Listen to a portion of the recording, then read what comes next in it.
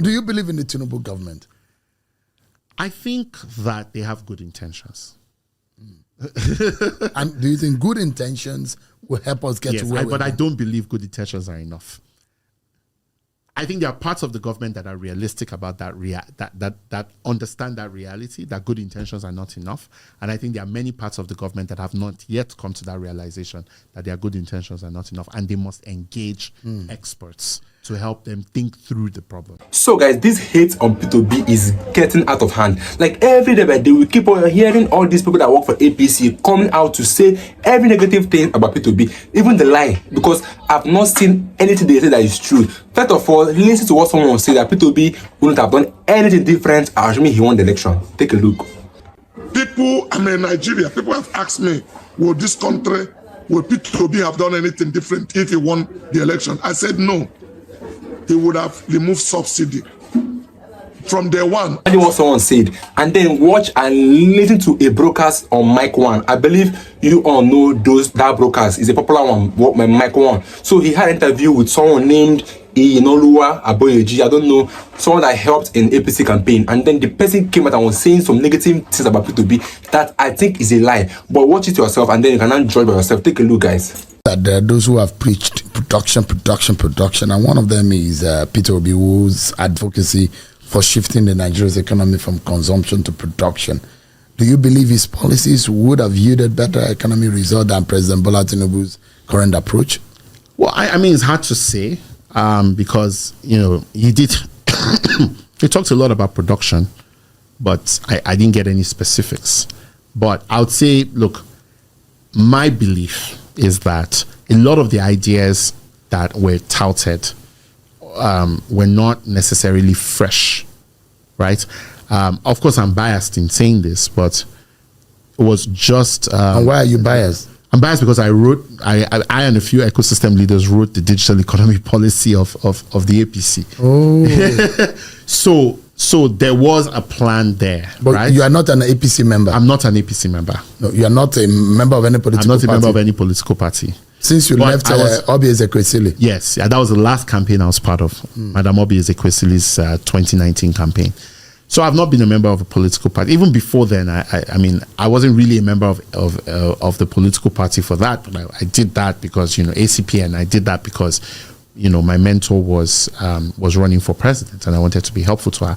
But my general point was, there was a consultation process that allowed us to come up with a strategy.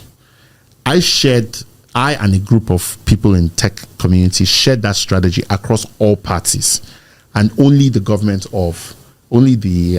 campaign of the president, the APC, took it on. And to be fair, have actually implemented it. They are? They are. But Sontidani is doing that? They are implementing it. And we're on the right track? I mean, there are challenges. It's too early to say if we're on the right track or on the wrong track, but I think in order of priorities, he has picked the right ones, right? Connectivity is very key. You see, in India, before India saw its own technology boom, right? India, actually, an individual private person spent $2 billion. His name is Mukesh Ambani, on Jio, which became the internet connectivity backbone of India. And that investment has yielded hundreds of billions of dollars. It is astonishing that that a state has managed to do that. Because normally this is the realm of private business. Do you understand what I'm saying? So I think he's on the right track. He's trying to create a lot of public connectivity infrastructure. He's leading the charge on talent. You understand what I'm saying? Boiling the ocean for talent, which would help a lot of more specialized programs to emerge. So I think he's doing the right things, and that's because that was what was in the plan. Do you understand what I'm saying? For a lot of the other politicians, I didn't see who was behind their digital policy. I'm not saying they should have adopted ours, but I wasn't sure they had given much thought to digital besides, platitudes and all that, right? And even when I met with some of them, right, during the campaigns, it wasn't clear to me that they cared as much about what digital could do for the country. I always felt like the current president was the most serious of the three when it came to understanding the power of digital and what technology could do for the country. So you, in terms of that, Peter Obi did not convince you enough about how practical him and his team, I don't think had practical ideas about the digital economy or even the expertise to run these things. So the issue of production that he was advocating for. Well, he's advocating manufacturing. We're never going to compete with China. I think it's very important for everybody to understand that we cannot be competitive in agriculture or manufacturing because we simply lack the infrastructure, period. And I think we should just stop barking up that tree. There's just no way that we're going to produce more than China produces. It will always be cheaper for us to buy from China than for us to produce it in Nigeria for many things. So we should just focus on what matters. Focus on making revenue, right? You're broke. Why bother about making spoons for yourself when you can go work, get a salary, and buy food and spoons? Let's generate FX. Then we can worry about production later. And I look at it, what you did with Obi Ezekwesili. Yes. Would you do it again? I think the honest Were the truth, deputy director yes, of I the was. campaign. I really was the de facto. I was just me and Chude. And there was somebody from the party who wasn't very useful. But and then there was a campaign council and people like Aisha Yusufu and all that were very helpful. But it was a great learning experience for me. But it also taught me something valuable about this country, which is that we all focus on politics, but all the ideas of all the politicians are exactly the same and they are mostly bad. I mean, she was slightly better than most others. I would say significantly better in her policy ideas. But the truth was those ideas would never have made it to mainstream, right? Because they were real, even with limited resources, I think we could have done a lot better. So it does look like most of the campaign promises or ideas were copy and paste. They're just copy and paste. Nothing no new. Follow through. Nothing new. Nothing thought through. No ideology. Not even beyond ideology. Just there's no method to the madness. You understand what I'm saying? And because of this overt focus on politics, we will always miss it in policy. Because we pick presidents on the basis of how non-corrupt they seem. We pick presidents on the basis of how, fairly educated they are, how they talk, whether they stammer, everything else. But are they actually going to implement policies that will make our lives Are better? the Nigerian people really ready for good policies? I don't think they are. But that's a different conversation. Because in the US, in Germany, people are elected based on ideologies. He says he will make America great again. Yes. And we want America to be great again. That policy works, and that's what we're going to ride on. Yeah. And people go with those policies, even against their cultural differences. Well, I think, look, politics is an emotional sport in any country. But I think there is a groundswell of an actual understanding of policy in these countries that drives the conversation on politics. But in Nigeria, it's the other way around. Politics drives conversations on policy. You can imagine, look at, during the elections, everybody parroted one policy line. We will remove subsidy. And then the president gets into office, removes the subsidy, and everybody starts screaming. Does that sound to you like maybe it was a method by which he went about it? Oh, I couldn't think of a method that would have worked, because to be honest, as of the time that he was making that announcement, it was actually against the law, and they've continued to violate those laws to pay subsidies. So I mean, if all of them are thought through it properly, they would have said this is how they would have said. Oh, look! By the time we remove subsidy, this is what will happen. And please, I need Nigerians to know that this is what will happen, and this is how we're going to solve that problem. Atiku Abubakar will say, they've said that this is the method and the way. But they would not have been able to do that legally. The method and whatever he was talking about, they would not have been able to do it legally, because as of June 1st, it was illegal for the government to pay subsidies. So, I mean, did you have your finger burned by is it a case of I'm not going to go into politics again? No, I just think politics does not require exceptional talent, and it doesn't, most importantly, require you to think. But making a country work does. And for me, it was more a question of seeing where the need is. I would rather just be available to any politician, right? So you get the power, I'll do the thinking, and then we work together and make something great happen because we love this country. You'll not be like Elon Musk. No, I'm not Elon Musk. You know what Elon Musk is doing? Elon Musk is the de facto president of the world. I am not the de facto president of anywhere.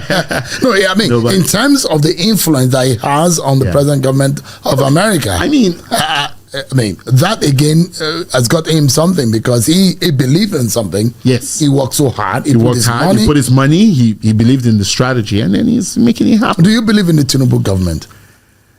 I think that they have good intentions. And do you think good intentions will help us get to where we're but I don't believe good intentions are enough. I think there are parts of the government that are realistic about that that understand that reality, that good intentions are not enough. And I think there are many parts of the government that have not yet come to that realization that their good intentions are not enough, and they must engage experts to help them think through the problem. So guys, I believe we heard that interview on Mic 1 by this person that helped APC in the campaign. And then ask yourself, is this person not saying things from the place of hate? Because we have never had any encounter with P2B. They don't even know P2B to some extent. They don't even know the plan of property before, if they won the election. They don't even know the plan of doing. And now he's talking about that we cannot be compared to China when it comes to production. Nobody is trying to compare anybody with anything. We are trying to make our own country better first before we can be comparing. And then he's talking about that no matter what we do, that we cannot beat China in production, that it's better we keep on importing. So someone that is in his right mind and sense we prefer to keep on exporting our raw materials and keep on importing our goods. And then they asked him if he believes in this administration, and he said yes. So in this current dispensation, this hunger that we are facing in this country, someone is still supporting the party, or let's say the government, or let me just say the administration that is putting Nigerians in hunger, in insecurities. Because if these governments are working thoroughly, or as they are working as they claims, show me one good thing they've done in almost 2 years in office, and then someone is saying that we should trust the process. So for 2 years, you could not even give us one reason to trust the process, and they expect us to keep on trusting the process. Like I said, they will keep on hating on P2B because P2B is their greatest enemy. P2B is a brand. P2B is a full force. Because how can a man volunteer himself to do the job of the government that have failed to do their job? Because it's the job of the government to make sure that the people are living well. It's the job of the government to make sure that some communities have boreholes, that some schools are renovated, that some hospitals are renovated. These are the job of the government. But P2B single-handedly took up the responsibilities and is helping the government. But the least they could do is just to keep on condemning him, his actions. We heard him now that we cannot be comparing ourselves to China. Nobody, P2B have never for once said that we need to be producing so that we can be competing with China. Nobody is talking about comparison here. We are talking about a better Nigeria, which is what P2B always preaches. P2B has never preached anything about comparing to China or to America, but we need to develop our own country by producing things by ourselves. We have the raw materials needed to produce good things for us in Nigeria, but rather we are exporting those raw materials and then we are importing the finished goods, and then someone came out and said that it's better we keep on importing than we produce. And then he worked for APC before. Like I said, that statement was coming from a place of hate. Nothing he wants to tell me about it that our barely person does not hate P2B. Because he's talking about digital economy, or I don't even know what he's talking about. You did not even, show us one thing that this APC government have done to claim assume that they know about digital economy. What have they done with the digital economy that they already know about? Because for him to come out and tell us that it's better we keep on importing rather than producing, it does not make sense to me. Because we have all the raw material. Like I said, Nigeria, we export almost all our raw materials: gold, copper, oil, name them. All of them are being exported, and then we now import these materials. P2B emphasized on the issue of production. If only we can have individuals or even hire someone that can come and teach people on how to produce all those things, thereby we are building a constructing an infrastructure, let me say a factory that will help us to bring all these things into place. Because go to Abia State, you have our Barada, you see how youths, how young people are producing things by themselves. Why not the government go there and look for some talents and use the talents for better things? I don't know what's happening. Do you understand? This is what we need, and that's what people was emphasizing on. And then some enemies are coming out to say things that is not production, that we cannot compete ourselves with China, saying a lot of things that does not make any sense. Why don't you? These people are the part of issue of Nigeria. You see to believe in the government that we are on the right track of hunger, poverty. The high rate of insecurity now is because of poverty and the corruption in Nigeria. Because tell me, this thing also bring me back to the issue that happened in Ebonyi State as of early last month, where some youth came to the governor of Ebonyi State and then informed the governor that there will be an attack on this community. What will a sane governor do, or a man that has a paper in heart? What he do was that he will bring up security agency and guide those communities. But this man did not do any of that. Do you see how these our leaders are the issues we are having in Nigeria? And then someone said that we are on the right track. I will not say much again in this video. I want you guys to say your own in the comment section. I'll be with you guys in the comment section. Don't forget to subscribe. Stay tuned, guys. It's your boy again, Kizo. You can subscribe and welcome my channel again.